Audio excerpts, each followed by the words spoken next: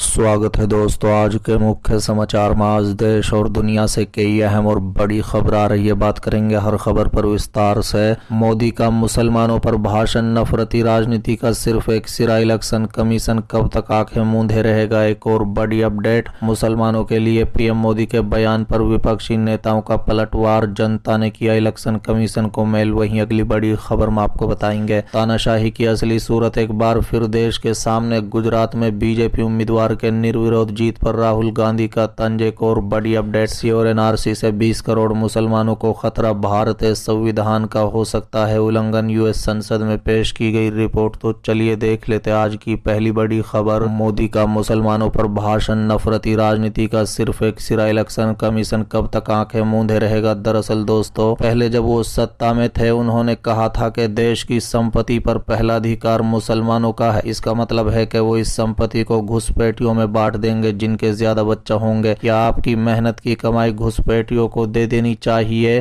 क्या आप इससे सहमत हैं? बता दें कि ये बातें भारत के प्रधानमंत्री नरेंद्र मोदी ने रविवार 21 अप्रैल को एक चुनावी रैली के दौरान कही। बेशक उन्होंने जानबूझकर पूर्व प्रधानमंत्री मनमोहन सिंह के शब्दों का गलत तरीके से पेश किया, लेकिन इससे भी महत्वपूर्ण बात यह है कि उन्होंने ऐसा करने के लिए कौन सा हिस्सा चुना। दुनिया के सबसे बड़े लोकतंत्र के लिए चुनाव प्रचार के दौरान धर्म का ऐसा सहारा लेने से एक बड़ा राजनीतिक ड्रामा शुरू हो गया है। लेकिन इससे यह भी साफ है कि भारत का चुनाव आयोग या तो काम पर सो रहा है या चुनाव प्रचार में धर्म के उपयोग दुरुपयोग को लेकर तकनीकी समस्याओं में डूबा हुआ है। भाषण और इंटरव्यू से लेकर कैंपेन होर्डिंग्स धार्मिक मुद्दों से भरे होते हैं, जो या तो मंदिरों, व्यक्तिगत कानून या ऐतिहासिक कहानी से जुड़े होते हैं, जिनमें धार्मिक अपील की गंध आती है। बता दें कि लोकसभा चुनाव 2024 को रविवार को राजस्थान के बसवाड़ा में एक चुनावी रैली के दौरान कांग्रेस पर निशाना साधते हुए नरेंद्र मोदी ने कहा, अगर कांग्रेस सत्ता में आती है तो वो लोगों की संपत्ति लेकर मुसलमानों में बांट देगी। पीएम ने अपने भाषण में दावा किया कि जब पहले कांग्रेस की सरकार थी तब उन्होंने कहा था कि देश की संपत्ति पर पहला अधिकार मुसलमानों का है।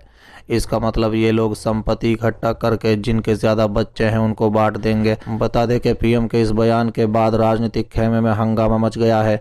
असदुद्दीन ओवैसी और मल्लिकार्जुन खड़गे सहित कई विपक्षी नेताओं ने मोदी के इस नफरती भाषण पर पलटवार किया है। ऑल इंडिया मजलिस इत्तेहादुल मुस्लिमीन का अध्यक्ष असदुद्दीन ओवैसी ने सोशल मीडिया प्लेटफॉर्म एक्स पर लिखा कि मोदी की बस एक गारंटी रही है, भारत के मुसलमानों को गालियां दो और वोट बटोरो। बता दें कि इससे पहले ओवैसी ने 21 अप्रैल रविवार को जनसभा को संबोधित करते हुए कहा था कि तुम सीमांचल की जनता को घुसपैठिए कहते हो, इसलिए तुम सी और एनआरसी को लागू करना चाहते हो। और अब ये बयान देकर मोदी ने अपनी असलियत दिखा दी। ओवैसी ने आगे कहा है कि जब आप 26 अप्रैल को वोट डालने जाएंगे तो ये सोच कर जाइए कि हम भारत के नागरिक हैं, हम घुसपैठिए नहीं हैं। जो हमको घुसपैठिए कहेगा हम उस पार्टी का साथ हरगिज नहीं देंगे। कांग्रेस का कहना है कि भारत एक धर्मनिरपेक्ष देश है और देश का संविधान यहाँ सभी धर्म और जाति के नागरिकों को बराबरी का अधिकार देता है। कांग्रेस अध्यक्ष मल्लिकार्जुन खड़गे ने मोदी के इस भाषण को हार की बौखलाहट बताया। उन्होंने लिखा, आज मोदी जी की बौखलाहट भाषण से दिखा कि प्रथम चरण के नतीजों में इंडिया जीत रहा है।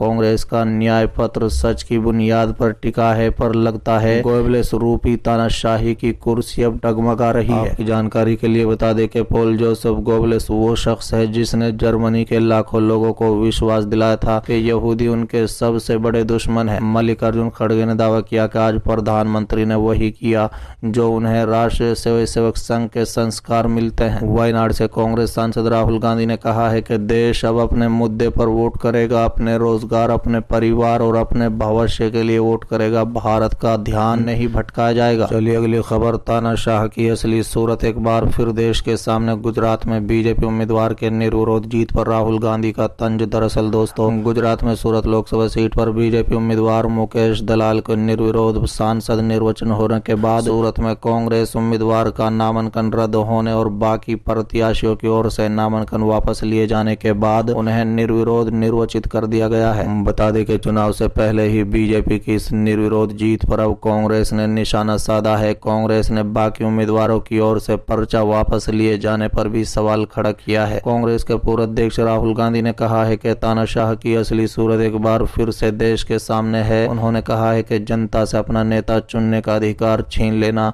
बाबा साहब अम्बेडकर के संविधान को खत्म करने की तरफ बढ़ावा है और ये उसकी तरफ बढ़ा हुआ एक कदम है। मैं एक बार फिर से कह रहा हूं कि ये सिर्फ सरकार बनाने का चुनाव नहीं है, ये देश को बचाने और संविधान की रक्षा करने का चुनाव है।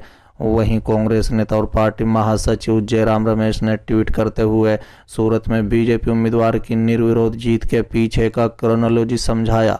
रमेश ने कहा है कि पहले सूरत जिला चुनाव अधिकारी ने कांग्रेस प्रत्याशी नीलेश कुंभानी का नामांकन में खामियां गिनाते हुए उसे रद्द कर दिया। अधिकारी ने 3 प्रस्तावकों के हस्ताक्षर को सत्यापन में खामी बताया। कुछ इसी तरह से कांग्रेस के वैकल्पिक उम्मीदवार सुरेश पंडसाला के नामांकन को भी खारिज कर दिया गया। 2 नामांकन खारिज होने के बाद कांग्रेस पार्टी यहां बिना उम्मीदवार के रह गई। जयराम रमेश ने आगे कहा है कि बीजेपी प्रत्याशी मुकेश दलाल को छोड़कर बाकी सभी उम्मीदवारों ने अपना नामांकन वापस ले लिया। 7 मई को होने वाले मतदान से करीब 2 सप्ताह पहले ही बीजेपी उम्मीदवार के निर्विरोध जिता दिया गया। उन्होंने कहा है कि एमएसएमई मालिकों और व्यवसायों की परेशानियां और गुस्से को देखते हुए बीजेपी इतनी डर गई है कि वो सूरत लोकसभा के मैच को फिक्स करने का प्रयास कर रही है। उन्होंने कहा है कि सूरत की सीट बीजेपी 1984 के लोकसभा चुनाव के बाद से लगातार जीतती आ रही है। मौजूदा वक्त में हमारे चुनाव, हमारा लोकतंत्र, बाबा साहब अम्बेडकर का संविधान सब कुछ खतरे में है। इस बात को दोहरा रहा हूं कि ये हमारे जीवन काल का सबसे महत्वपूर्ण चुनाव है। दोस्तों, दरअसल सूरत में नामांकन वापस लेने का आखिरी दिन 8 उम्मीदवारों ने अपना नामांकन वापस ले लिया। नामांकन वापस लेने वालों में बहुजन समाज पार्टी के प्यारा लाल और अन्य नेता शामिल थे। निर्वाचन अधिकारी ने कांग्रेस उम्मीदवार के नामांकन में प्रस्तावकों के हस्ताक्षर में प्रथम दृष्टिया और गड़बड़ी का आरोप लगाकर पर्चा रद्द कर दिया। चलिए अगली खबर। सी और एनआरसी से 20 करोड़ मुस्लिमों को खतरा, भारतीय संविधान का हो सकता है उल्लंघन, यूएस संसद में पेश की गई रिपोर्ट। दरअसल दोस्तों, भारत में इसी साल लागू किए गए नागरिकता संशोधन अधिनियम सीए को लेकर अमेरिकी संसद में चौंकाने वाला दावा किया गया है। संसद की स्वतंत्र शोध इकाई की रिपोर्ट में कहा गया है सीए के प्रावधान भारतीय संविधान के कुछ अनुच्छेदों का उल्लंघन कर सकते हैं। बता दें कि भारत के 1955 के नागरिकता अधिनियम में संशोधन कर इस साल मार्च में सीए को लागू किया गया। बता दें कि कांग्रेशनल रिसर्च सर्विस सीआरएस की इनफैक्स रिपोर्ट में दावा किया गया है कि सीए के प्रमुख प्रावधानों से भारतीय संविधान के कुछ अनुच्छेदों का उल्लंघन हो सकता है। रिपोर्ट में कहा गया है कि इस कानून के विरोधियों ने चेतावनी दी है कि प्रधानमंत्री नरेंद्र मोदी और उनकी हिंदू राष्ट्रवादी भारतीय जनता पार्टी एक हिंदू बहुसंख्यकवादी मुस्लिम विरोधी एजेंडे को आगे बढ़ा रही है, जिससे भारत का आधिकारिक रूप से धर्मनिरपेक्ष गणराज्य का दर्जा देने वाली छवि धूमिल होती है। साथ ही इससे अंतर्राष्ट्रीय मानवाधिकार मानदंडों और दायित्वों का भी उल्लंघन होता है। बता दें कि सीआरएस की 3 पन्ने वाली इस रिपोर्ट में आरोप लगाया गया है कि भारत सरकार द्वारा नियोजित राष्ट्रीय नागरिक पंजीकरण यानी एनआरसी और सीए कानून से भारत के करीब 20 करोड़ मुस्लिम अल्पसंख्यकों के अधिकार को खतरा है। सीआरएस रिपोर्ट ने अमेरिकी संसद को बताया कि वर्ष 2019 में अमेरिकी राजनयिक ने सीए के प्रति चिंता व्यक्त की थी, हालांकि इससे भारत और अमेरिका के संबंधों पर कोई असर नहीं पड़ा।